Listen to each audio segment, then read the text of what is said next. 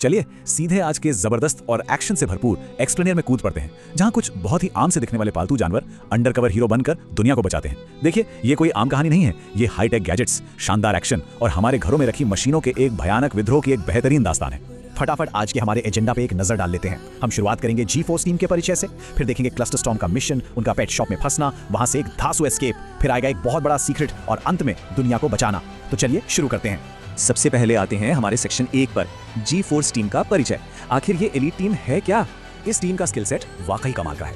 Darwin जहां पूरी team का पक्का इरादे वाला लीडर है, वहीं ब्लास्टर हथियारों और ट्रांसपोर्ट का एक्सपर्ट है। जुआरेज अपनी टैक्टिक्स और मार्शल आर्ट से किसी को भी धूल चढ़ा सकती है। स्पेकल्स साइबर दुनिया का बादशाह है और मूच नाम की एक मक्खी है जो उनके लिए रेकी का काम करती है। सच कहूं तो ये टीम साबित करती है कि बड़े बड़े हीरो बहुत ही छोटे और रोइंदार पैकेजेस में भी आ सकते हैं।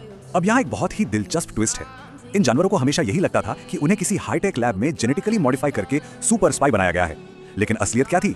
असलियत में वे बस साधारण से जानवर थे जिन्हें कॉस्मेटिक टेस्टिंग और पेट शॉप से बचाया गया था।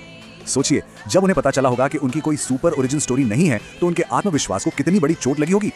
अब बढ़ते हैं हमारे दूसरे सेक्शन की तरफ, क्लस्टर स्टॉर्म मिशन। यहीं से खतरे का असली मीटर चालू होता है।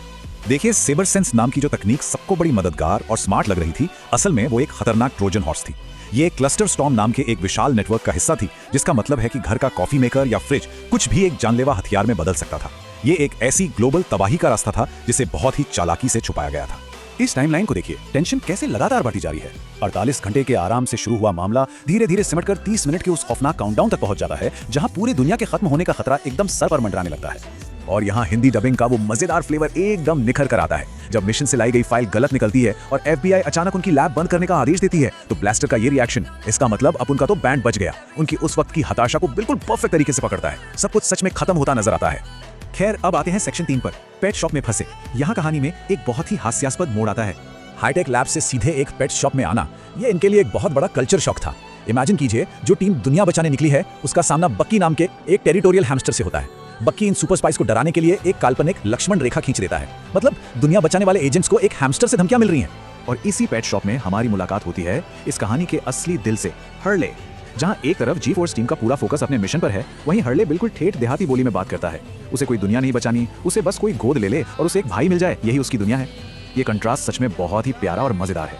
चलिए अब सेक्शन 4 की तरफ बढ़ते हैं, द ग्रेट एस्केप। आखिर ये लोग उस पिंजरे से बाहर कैसे आए? उनका ये मास्टर प्लान देखिए। पिंजरे से निकलने के लिए उन्होंने कोई बम नहीं फोड़ा, बल्कि अपनी क्यूट होने की एक्टिंग का इस्तेमाल किया। योजना बहुत ही सिंपल और शानदार थी। इतने क्यूट दिखो कि कोई बच्चा खरीद ले और फिर मौका देखकर फुर हो जाओ। अडॉप्शन को एक गेटअवे कार की तरह इस्तेमाल करने का ये आइडिया सच में जीनियस है। भागने की इस पूरी आपाधापी में जब ब्लास्टर एक रिमोट कंट्रोल कार से फुल स्पीड में एस्केप कर रहा होता है, तब लोकल स्लैंग एक बार फिर जादू करता है। धूम मचा दे, स्टीयरिंग में झोले मामो। ये डायलॉग इस सीन में जो एक्शन कॉमेडी की एनर्जी भरता है, वो वाकई कमाल है। अब आते हैं हमारे 5वें सेक्शन पर, मोल की सीक्रेट आइडेंटिटी। यहाँ कहानी पूरी तरह से पलट जाती है।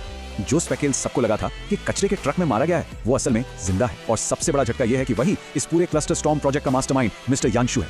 मतलब साइबर एक्सपर्ट ने ही अपनी टीम को धोखा दिया और वो पर्दे के पीछे से पूरी तबाही की योजना बना रहा था। अब इस नंबर पर जरा गौर कीजिएगा, 3 करोड़। ये कोई छोटा मोटा आंकड़ा नहीं है।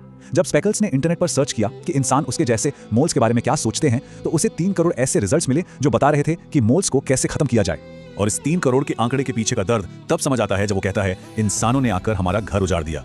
इंसानों ने एक गोल्फ कोर्स बनाने के लिए उसके पूरे परिवार को खत्म कर दिया था। इसी गहरी चोट और नफरत ने उसे पूरी इंसानियत को तबाह करने के लिए भड़का दिया था। फाइनली हम आ गए हैं अपने आखिरी सेक्शन पर, दुनिया को बचाना, कहानी का क्लाइमैक्स। अब खतरा सिर्फ घर के कॉफी मेकर तक सीमित नहीं है। वो सारी घरेलू मशीनें अंतरिक्ष के कचरे के साथ जुड़कर एक राक्षसी, जानलेवा इलेक्ट्रोमैग्नेटिक मॉन्स्टर में बदल चुकी हैं। टीम को अब अपनी एक ट्रेनिंग का इस्तेमाल करना पड़ेगा इस तूफान से बचने के लिए। लेकिन ध्यान देने वाली बात यह है कि डार्विन यहाँ ताकत या हथियारों का इस्तेमाल नहीं करता। वो स्पेकल से लड़ने से ही मना कर देता है। इसके बजाय वो इमोशनल इंटेलिजेंस का इस्तेमाल करता है। वो स्पेकल्स को याद दिलाता है कि उन्होंने मिलकर जो परिवार बनाया था वो सच्चा है।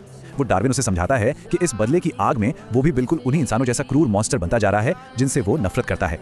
और जब वे वायरस को रोकने में कामयाब हो जाते हैं, तो अंततः वो होता है जिसका उन्हें हमेशा से इंतजार था। FBI उन्हें आधिकारिक रूप से मान्यता देती है।